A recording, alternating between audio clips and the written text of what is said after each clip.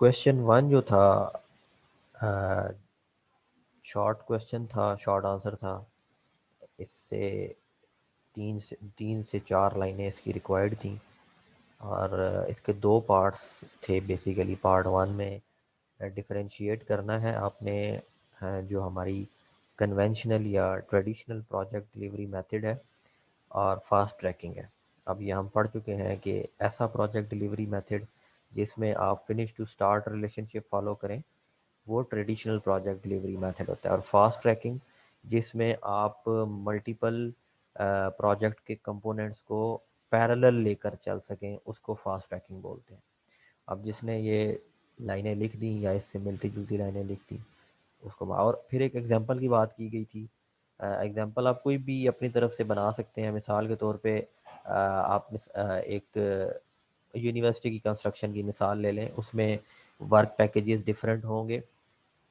अगर आप उनको फिनिश टू स्टार्ट साइक पर्सपेक्टिव पे लेकर चलेंगे तो मे बी वो लॉन्गर ड्यूरेशन आपका ले। लेकिन अगर उस प्रोजेक्ट की क्लाइंट की रिक्वायरमेंट है कि वो जल्दी ख़त्म करना है, तो उस केस में हम फास्ट ट्रैकिंग किस तरह अडॉप्ट करेंगे कि उस यूनिवर्सिटी के कंस्ट्रक्शन को डिफरेंट वर्क पैकेजेस में डिवाइड कर लेंगे और हर वर्क पैकेज को फिर हम दूसरे वर्क पैकेज के साथ इन पैरेलल लेकर चल सकते हैं। जिस तरह हमने क्लास में एग्जांपल भी देखी थी कि अगर आपने एक बिल्डिंग खड़ी करनी है और उसमें उसके तीन चार जोन आपने बना दिए हैं, पहले जोन की आपने डिज़ाइनिंग करके कंस्ट्रक्शन स्टार्ट कर दी, तो फास्ट ट्रैकिंग में आप इसकी फिनिशिंग का इंतज़ार नहीं करेंगे बल्कि दूसरे जोन की डिज़ाइनिंग और कंस्ट्रक्शन स्टार्ट कर देंगे। अब जोन वन और जोन टू पैरेलल कंस्ट्रक्ट हो रहे हैं, तो जोन थ्री की भी आप डिज़ाइनिंग और कंस्ट्रक्शन स्टार्ट कर देंगे। तो इस तरह की फ़िलासफ़ी को हम फास्ट ट्रैकिंग बोलते हैं। तो इस तरह करके तीन से चार लाइनों में हमने अपना आंसर मेंशन कर देना था। दूसरा क्वेश्चन था, अब ये कंफ्यूज करने के लिए इसकी स्टेटमेंट ज़रा लॉन्ग कर दी गई। बाकी अगर आप इसमें जो इम्पोर्टेंट इंफॉर्मेशन की बात करें तो वो 4 से 5 लाइनें आपकी बनती हैं। कौन कौन सी? सबसे पहली आपकी लेंथ जो कि 30 मीटर्स आपको गिवन है। फिर आपको दूसरी चीज़ जो रिक्वायर्ड थी वो रोड की विड्थ जो कि आपको गिवन है 20 फीट प्लस आपका रजिस्ट्रेशन नंबर। फिर आपकी थिकनेस 4 इंच प्लस आपका रजिस्ट्रेशन नंबर। और आपको डेंसिटी दे दी गई एसफॉल्ट की जो आपको रिक्वायर्ड थी, जो यूज़ होनी है, वो है 2200 kg पर meter cube plus registration number bracket close in 2.5। ये चार चीज़ें यहाँ से मिलेंगी आपको। इसके बाद ये वाला जो डाटा है ये सिर्फ कंफ्यूज करने के लिए दिया गया था। बाकी जो काम का डाटा है वो ये वाला आपको दिया गया है, जिसकी बेस पर आपने इसकी टोटल कॉस्ट प्रोजेक्ट की निकालनी है। और अगर आप इसके एंड पे चले जाएं तो एंड पे ये चार चीज़ें रिक्वायर्ड हैं जो ऊपर गिवन डाटा को यूज़ करके आपने कैलकुलेट करनी थी। पॉइंट वन मैं देखता हूँ, quantity estimation of asphalt in turns.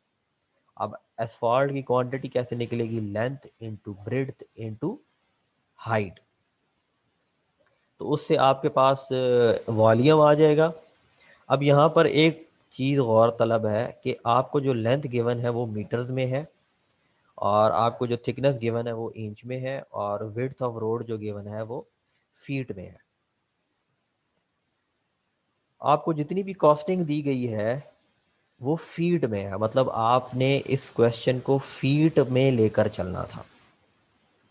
या अगर आप फीट में नहीं भी लेकर चल रहे, आप मीटर्स में लेकर चलना चाह रहे हैं, तो फिर इन तमाम चीज़ों को आपने मीटर में कन्वर्ट कर लेना था। वो आप पर डिपेंड है कि आप चीज़ों को मीटर्स में लेकर चल रहे हैं या फीट में लेकर चल रहे हैं।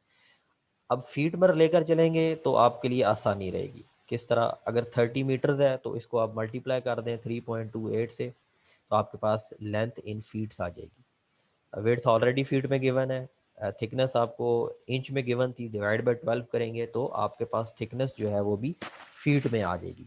अब डेंसिटी ऑफ एसफॉल्ट यहाँ पर आपको केजी पर मीटर क्यूब में गिवन है, लेकिन क्योंकि आप फीट में चल रहे हैं तो आपको पाउंड पर क्यूबिक फीट में आंसर चाहिए था। आप अगर इस 2200 को डायरेक्ट मल्टीप्लाई कर दें 0.06 के साथ तो भी ठीक है। आप इसको ब्रेक डाउन भी कर सकते हैं, सबसे पहले केजी को पाउंड में कर लें और मीटर क्यूब को फीट में कर लें, तो भी आपके पास पाउंड पर क्यूबिक फीट में डेंसिटी आ जाएगी। अब ये जब तमाम चीज़ें आपके पास आ गई तो आप सबसे पहले क्वांटिटी निकाल लेंगे, लेंथ विड्थ इनटू थिकनेस को, तो आपके पास एक आंसर आ जाएगा फीट क्यूब में। उस फीट क्यूब का जो वॉल्यूम था उसको जब आप एसफॉल्ट की डेंसिटी के साथ मल्टीप्लाई करते हैं तो आपके पास क्वांटिटी आ जाएगी पाउंड्स में। इसको आपने केजी में कन्वर्ट कर लेना है और केजी से फिर आपने इसको टन में कन्वर्ट कर लेना है। ये मैं एक एक्सेल शीट है, अगर आपको विजिबल होती है तो मैं आपको दिखाता हूँ। इसमें ये मैंने सोल्यूशन बनाया हुआ है यहाँ पे। तो सबसे पहला स्टेप था, आपने इसकी लेंथ निकाली है। यहाँ पर ये देखें 30 मल्टीप्लाइड बाय 3.28। आपकी विड्थ जो है इसमें रोल नंबर आपका ऐड हो जाएगा। आपकी थिकनेस 4 डिवाइडेड बाई 12 जमा आपका रोल नंबर। इन तीनों को जब आप मल्टीप्लाई करेंगे तो आपके पास टोटल वॉल्यूम आ जाएगा। और यहाँ पर मैंने डेंसिटी कैलकुलेट की है जो कि 137.41 पाउंड पर क्यूबिक फीट बनती है जब आप 2200 केजी पर मीटर को कन्वर्ट करते हैं। तो यहाँ से एसफॉल्ट डेंसिटी आ गई। अब आप इन दो कॉलम्स को जब मल्टीप्लाई करेंगे तो आपके पास क्वांटिटी आ जाएगी पाउंड्स में। इस क्वांटिटी को जब आप डिवाइड करेंगे और फिर फर्दर उसको डिवाइड कर देंगे केजी पे, 1000 पे, तो आपके पास क्वांटिटी ऑफ एसफॉल्ट आ जाएगी टन्स में। अब आपके सवाल का पहला हिस्सा हल हो गया। मैं बढ़ता हूँ सवाल के दूसरे हिस्से की जानिब। दूसरे में मुझे कहा गया था कि जी 800 फीट क्यूब के डंपर्स मुझे चाहिए कितने, और एक डंपर की जो कैरिंग कैपेसिटी है वो है 55 टन्स। अब आप ये देखें कि आपने क्वांटिटी कैलकुलेट कर दी जो कि आया 86.30 टन्स। लेट्स सपोज मैं रोल नंबर 1 की अगर मैं बात करूं, इसकी क्वांटिटी आ रही है 86.30 टन्स। अब इसको जब मैं एक डंपर की कैरिंग कैपेसिटी के साथ डिवाइड करता हूं तो मेरे पास आंसर आता है नंबर ऑफ डंपर्स। यानी कि 86.30 को डिवाइड करेंगे जब 55 के साथ तो मेरे पास नंबर ऑफ डंपर्स आ जाएंगे रोल नंबर 1 के हिसाब से 2 डंपर्स आएंगे, जो कि सवाल का दूसरा हिस्सा था।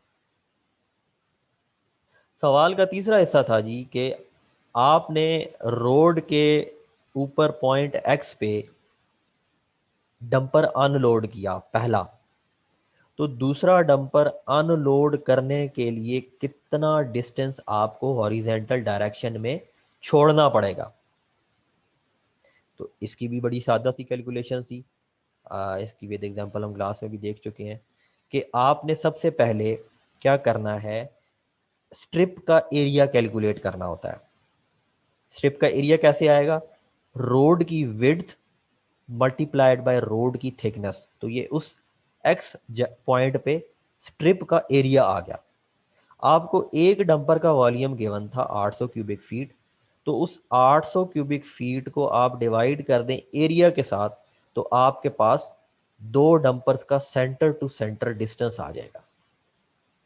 और तीसरी और आखिरी चीज़ जो हमें मालूम करने के लिए कही गई थी, इस प्रोजेक्ट की टोटल कॉस्ट आपने निकालनी है। और टोटल कॉस्ट के लिए आपको ये वाला डाटा अपने सामने रखना था। आपके पास सबसे पहले कॉस्ट ऑफ एसफॉल्ट दे दी गई 95,000 पर टन, इसमें ट्रांसपोर्टेशन चार्जेस नहीं थे। एक डंपर की जो कॉस्ट है वो 15,000 रुपये है, ये उसकी ट्रांसपोर्टेशन चार्जेस हैं जस्ट। फिर आपका जो एसफॉल्ट लेइंग मजदूर है, लेबर पार्टी है, सब कॉन्ट्रैक्टर है, वो आपसे 1500 रुपये पर क्यूबिक फीट चार्ज करता है। टोटल रोड का वॉल्यूम जो आपने स्टेप 1 में कैलकुलेट किया है, इसमें मशीनरी कॉस्ट भी है, आपकी लेबर कॉस्ट भी है। और आगे आपने फिर टोटल प्रोजेक्ट कॉस्ट का 3%, 2% और 2% कंटिजेंसी कॉस्ट, वाटर चार्जेस और एस्टेब्लिशमेंट चार्जेस ऐड कर देने थे। मैं दोबारा एक्सेल शीट पर जाऊंगा। अब सबसे पहले प्रोजेक्ट कॉस्ट मैंने निकालनी है। इसमें कंटिजेंसी, वाटर चार्ज और एस्टेब्लिशमेंट चार्ज फिलहाल कैलकुलेट नहीं किए, क्योंकि वो टोटल प्रोजेक्ट की कॉस्ट का होगा। यानी कि जो कॉस्ट मेरी इस स्टेप पर निकलेगी उस पर वो परसेंटेज जाके लगेगी। अब इसके लिए सबसे पहले आप ये देखें कि आपने क्वांटिटी की कॉस्ट निकालनी है। टोटल वॉल्यूम मल्टीप्लाइड बाय 95,000, पहली कॉस्ट आ गई। फिर आपको डंपर की कॉस्ट निकालनी है, तो नंबर ऑफ डंपर्स इंटू 15,000। और फिर आपको फाइनल में लेबर की कॉस्ट निकालनी है, यानी कि टोटल वॉल्यूम को आप ज़रब दे दें 1500 के साथ, तो आपके पास ये टोटल प्रोजेक्ट की कॉस्ट आ गई। अब इसको यूज़ करके आपने क्या करना है, टोटल प्रोजेक्ट कॉस्ट निकाल लेनी है। वो कैसे निकलेगी कि इसमें project cost plus project cost का 3% प्लस प्रोजेक्ट कॉस्ट का 2% प्लस प्रोजेक्ट कॉस्ट का 2%। तो इससे आपके पास टोटल प्रोजेक्ट कॉस्ट आ जाएगी, जो कि इस सवाल में रिक्वायर्ड थी। अब मैं मूव करता हूं क्वेश्चन 3 की तरफ। इसमें भी अगर आप देखें तो 3 चीज़ें आपको गिवन है जो आपके काम की चीज़ें हैं। सबसे पहले आपको प्लेंथ एरिया रेट दे दिया गया 1250 रुपये पर स्क्वायर फीट। आपको कॉस्ट का ब्रेकडाउन दे दिया गया, तमाम कॉस्ट जो आपने इंक्लूड करनी है। अप टू 5 जो है आपकी ये लमसम ऐड होंगी, पहली 5 कॉस्टें जो है। उसके बाद जो है ये overall project cost per percent के हिसाब से ऐड होती चली जाएंगी। और इसमें एक टेक्निकल चीज़ आपको, क्योंकि ये ओपन बुक था, मैंने क्लास में बताया था कि प्लेंथ एरिया जो है इसमें हम वॉल का एरिया भी इंक्लूड करते हैं। ये हमारा प्लेंथ एरिया होता है। तो मैंने आपको प्लेंथ एरिया डायरेक्ट नहीं दिया, बल्कि इस घर का एक सादा सा नक्शा बनाकर दे दिया, और इसकी मैंने आपको इनर टू इनर डायमेंशंस दे दी। अब इन इनर टू इनर डायमेंशन में वॉल का एरिया इंक्लूड नहीं था, वॉल की डायमेंशंस नहीं थी जो आपने कैलकुलेट करनी थी डायमेंशंस को कैलकुलेट करने के लिए। अब हर कमरे में कहीं ना कहीं मैंने रजिस्ट्रेशन नंबर की एडिशन डाली हुई है। अब ये बड़ी कॉमन सेंस चीज़ है, यहाँ पर आप अगर ब्रैकेट्स को देखें ना तो आपको पता लग जाएगा कि रजिस्ट्रेशन नंबर अलग अलग ऐड होगा या एरिया में ऐड होगा। अब सबसे पहली ब्रैकेट, जब भी इस तरह की ब्रैकेट हो पहले हम वो सॉल्व करते हैं। तो सबसे पहले बेड 1 में अगर मैं देखूं तो 15 फीट मल्टीप्लाई बाय 10 फीट, तो ये आपका 150 स्क्वायर फीट आ जाएगा। इसमें आपने रजिस्ट्रेशन नंबर ऐड करना था, तो बेड 1 का एरिया आ जाएगा इनर डायमेंशंस के साथ। इसमें अब आपने यहां से लेके यहां तक वॉल का एरिया भी इंक्लूड करना था। ये मैंने अगेन एक्सेल शीट बनाई हुई है, आपको मैं दिखा देता हूं। ये देखें, यहाँ पे ये एक्सेल शीट बनी पड़ी है, रोल नंबर वाइज बनी पड़ी है। सेम आपने बेड 1 की डायमेंशन लिख लेनी थी, जिसमें वॉल की डायमेंशंस भी ऐड थी। लेट्स सपोज रोल नंबर 1 की अगर मैं बात करूं तो उसके बेड का पहले जो एरिया बन रहा था वो गालबन बन रहा था 150 स्क्वायर फीट। लेकिन जब उसमें मैंने बेड 1 की वॉल्स का बीच में एरिया भी ऐड किया तो वो बेड 1 का न्यू एरिया आ गया, मॉडिफाइड एरिया आ गया। सेम इन्हीं स्टेप्स पे बेड 2 का एरिया, फिर बेड 3, फिर किचन का, फिर लाउंज का, फिर बाथ का, ड्राइंग का, कार पोर्च का, तमाम का प्लिंथ एरिया मैंने निकाल लिया इंक्लूडिंग वॉल थिकनेस। अब यहाँ पर एक छोटी सी चीज़ आप ध्यान में रखें, वो ये है कि अगर मैं बेड 1 की इस पॉइंट से इस पॉइंट तक डायमेंशन मैयर करता हूँ तो इसमें ये वाली वॉल भी इसमें इंक्लूड हुई है और ये वाली वॉल भी इंक्लूड हुई है। अब जब मैं बेड 2 पर मूव करता हूँ तो बेड 2 के एरिए में सिर्फ राइट वाली वॉल मैं ऐड करूँगा, लेफ्ट वाली मैं नहीं करूँगा, क्योंकि लेफ्ट वाली ऑलरेडी बेड 1 में इंक्लूड हो चुकी है। अगर मैं बेड 2 में भी इंक्लूड करूँगा तो वो रिपीटिशन ऑफ एरिया आ जाएगा, जिससे कैलकुलेशंस में गलती होने के चांसेस थे। तो इस तरह करके आपने रूम टू रूम अगर चलते तो आपके लिए मॉडिफाइड एरिया कैलकुलेशन में आसानी रहती। अब आपने लेट्स सपोज तमाम एरियाज निकाल लिए, इनको आप सम करेंगे तो आपके पास इस बिल्डिंग का टोटल प्लेंथ एरिया आ गया। इस टोटल प्लेंथ एरिया को रेट के साथ मल्टीप्लाई करेंगे तो बिल्डिंग की कॉस्ट आ जाएगी। अब इस बिल्डिंग की कॉस्ट में पहली 5 कॉस्टें जो लम सम कॉस्ट हैं वो डायरेक्ट आपने ऐड कर देनी है, जिस तरह के यहाँ पर हुई है। और उसके बाद वाली जो कॉस्ट थी जिसमें आपकी कंटेंजेंसी है, वाटर चार्जेस हैं और 2-3 और थी, उनको एज अ परसेंटेज ऐड करते जाना है टोटल प्रोजेक्ट की कॉस्ट में।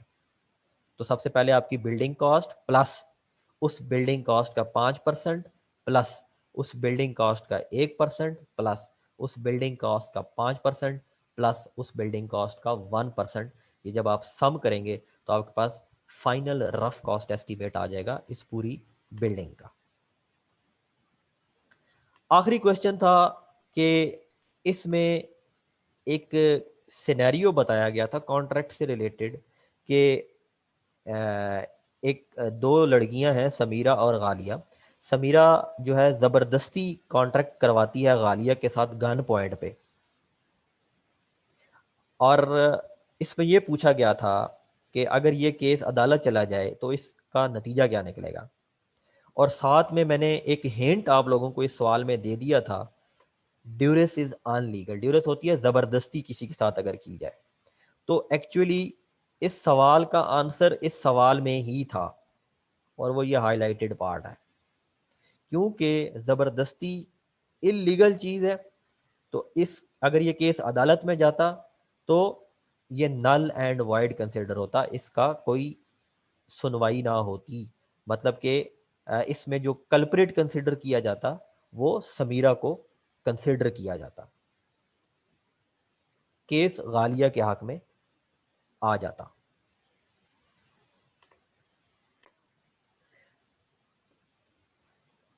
ये मैं रिकॉर्डिंग ऑन कर दिया। तो जहां भी आप रिपीटिशन ऑफ वॉल्स आ रही होगी वो पॉइंट आपने जहन में रखना है कि अब आपने एक वॉल अगर ऑलरेडी उसका कैलकुलेशंस कर चुके हैं तो वो दोबारा आप इंक्लूड नहीं करेंगे अगले रूम में, बल्कि उसको एक्सक्लूड करेंगे, जिस तरह किचन का केस मैंने बताया। अब अगर मैं लाउंज में चलूंगा तो लाउंज में ये जो लेफ्ट वाली वॉल है इसको मैं एक्सक्लूड कर दूंगा, तो ये तो ऑलरेडी किचन में इंक्लूड हो चुकी है।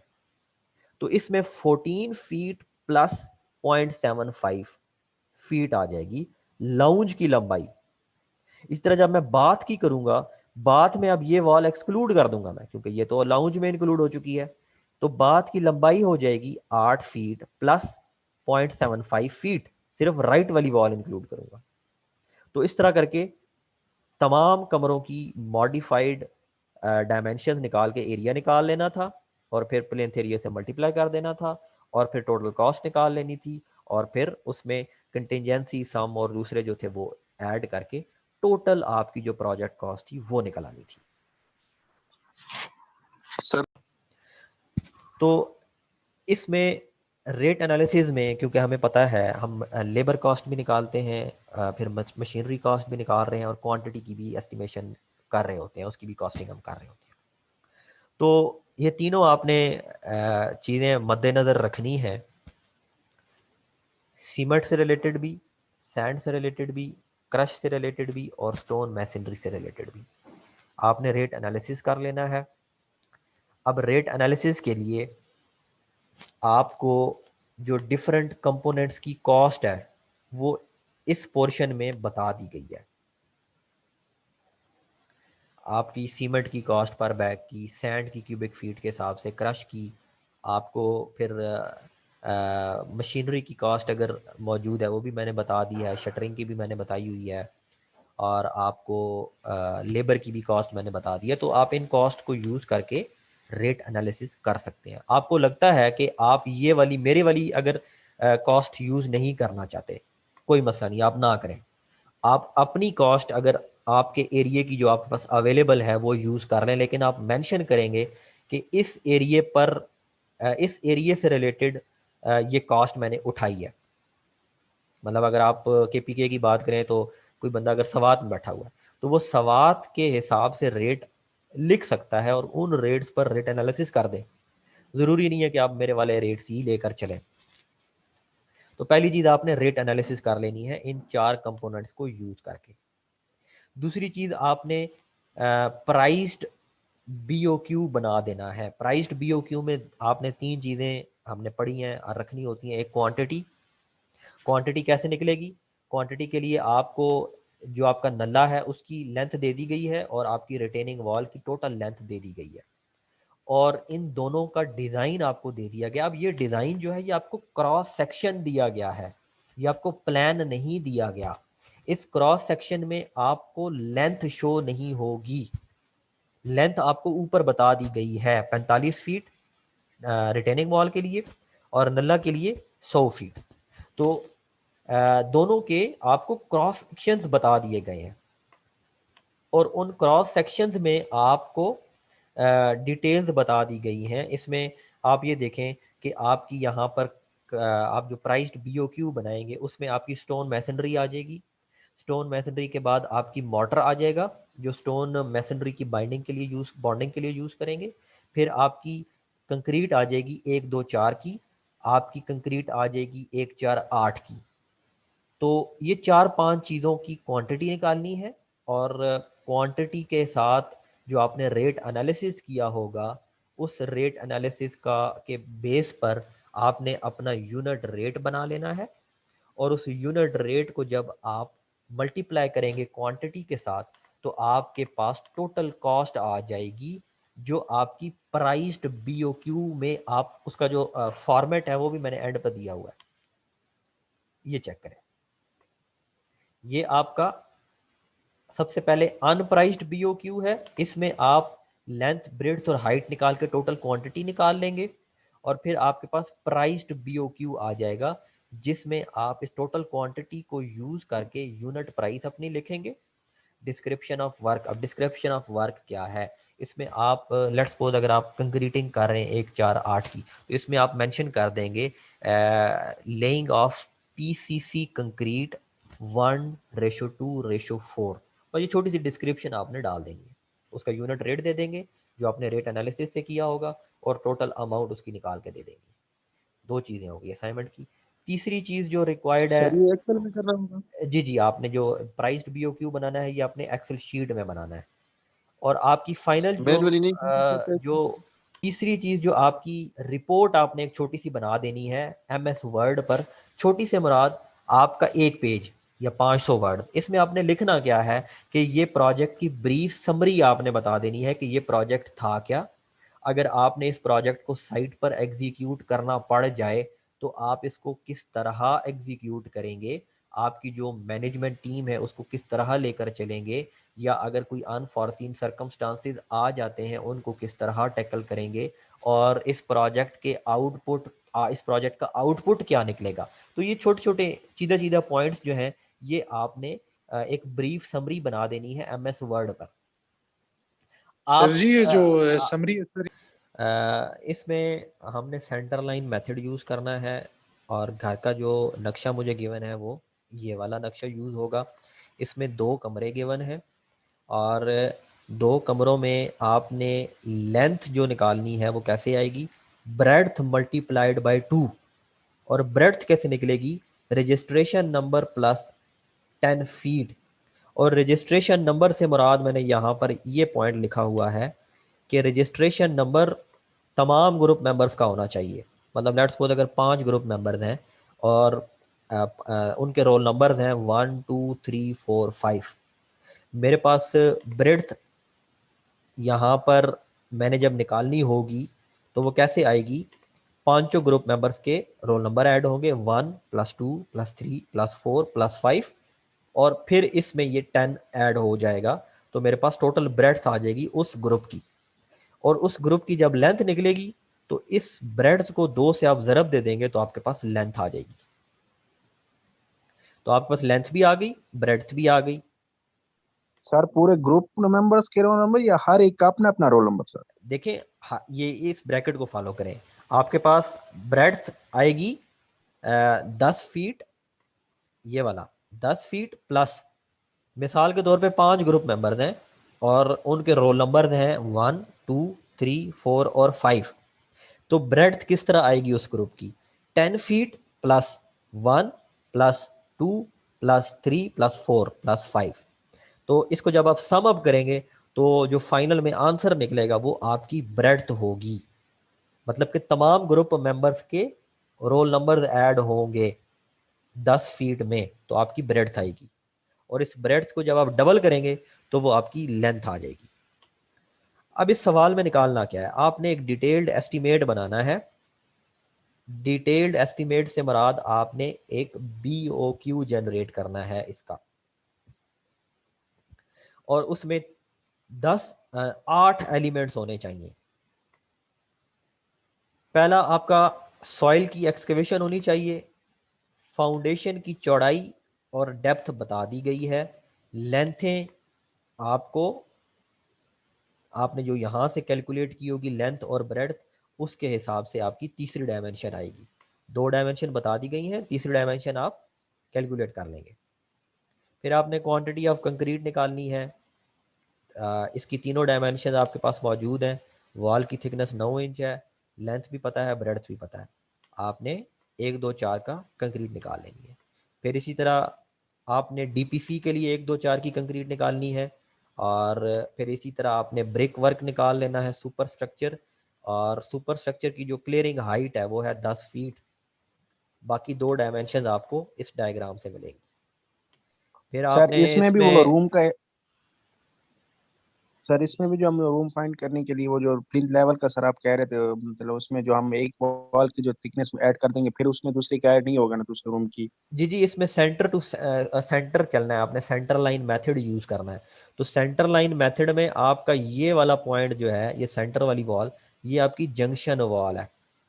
इस जंक्शन वॉल का ये वाला एरिया और ये वाला एरिया आपने माइनस करना होगा, बाकी वॉल्स में कुछ भी नहीं करना आपने। ठीक हो गया सर। पांचवी चीज आपने फाउंडेशन, क्योंकि इसकी फाउंडेशन की डायमेंशन आपको ये गिवन है 2 फीट बाई 3 फीट, तो इसके हिसाब से आपने ब्रेक वर्क निकाल लेना है।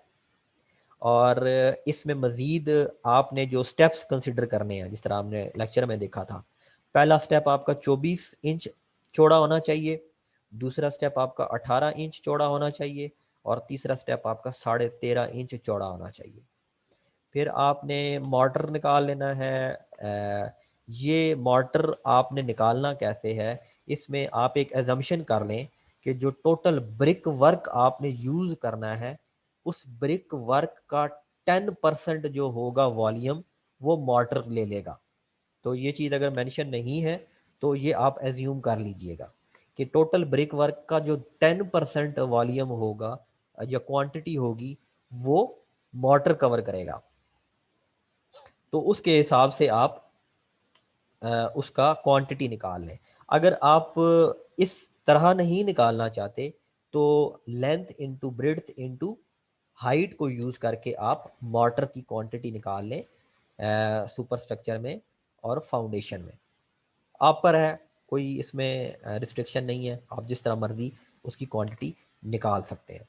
फिर इसी तरह आपने RCC निकाल लेना है और वेट ऑफ स्लैब निकाल लेनी है। इसके लिए स्लैब्स आपको, जो स्टील है वो बता दिया गया है, दोनों डायरेक्शन में सेम स्टील यूज होगा। 4 number bar, centre to centre spacing 6 inch. अब क्योंकि ये स्लैब है तो स्लैब के का जो क्लियर कवर है वो आपने 3/4 इंच रखना है। स्लैब की जो थिकनेस है, जब आप कंक्रीटिंग RCC निकाल रहे होंगे क्वांटिटी स्लैब की, उसमें स्लैब की थिकनेस 6 इंच आपने रखनी है। और मॉर्टर रेशो आपने 1:6 एज्यूम कर लेनी है। और जो आपकी ओपनिंग्स हैं, ओपनिंग्स को आप फ़िलहाल जब आप कैलकुलेशंस कर रहे होंगे, सिर्फ ब्रिक वर्क में इसका ख्याल रखिएगा। ब्रिक वर्क में और आपकी, हाँ जी, ब्रिक वर्क में इसका वॉल्यूम जो है ब्रिक वर्क के वॉल्यूम से डिडक्ट करना है आपने, ये चीज़ ध्यान में रखिएगा। और इसमें रिक्वायरमेंट क्या है, आपने रिपोर्ट जो मुझे बना कर देनी है, ये 5 चीज़ें उसमें होनी चाहिए। सबसे पहले इंट्रोडक्शन। इंट्रोडक्शन में क्या होगा जी, आपने इस प्रोजेक्ट का एक ब्रीफ सा डिस्क्रिप्शन दे देनी है। 10 एक लाइनों तक काफ़ी है कि ये प्रोजेक्ट क्या है, इसकी क्या क्या रिक्वायरमेंट है और इसके आउटपुट पे क्या चीज़ हमें निकालनी है, पहली चीज़। दूसरी, आपने इसका अनप्राइस्ड बीओक्यू बनाना है। तीसरी, आपने इसकी प्राइस्ड बीओक्यू बना देना है।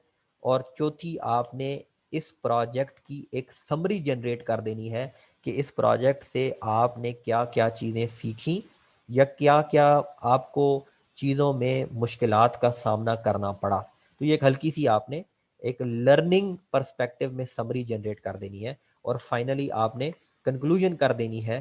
कंक्लूजन में आपने ये मेंशन करना है कि इसमें जो 8 डिफरेंट पॉइंट्स आपने निकाले हैं, उसका क्या क्या क्वांटिटी निकली है और इस प्रोजेक्ट से आपको कितना फ़ायदा हासिल हुआ है। तो ये आप जब रिपोर्ट बनाएंगे तो उसमें ये 5 चीज़ें आपने इंक्लूड कर देनी है। बहुत ज़्यादा गप्पे मारने की ज़रूरत नहीं है, बस टू द पॉइंट चीज़ें लिखें और साफ साफ चीज़ें लिखें ताकि ज़्यादा टाइम आप लोगों का वेस्ट ना हो।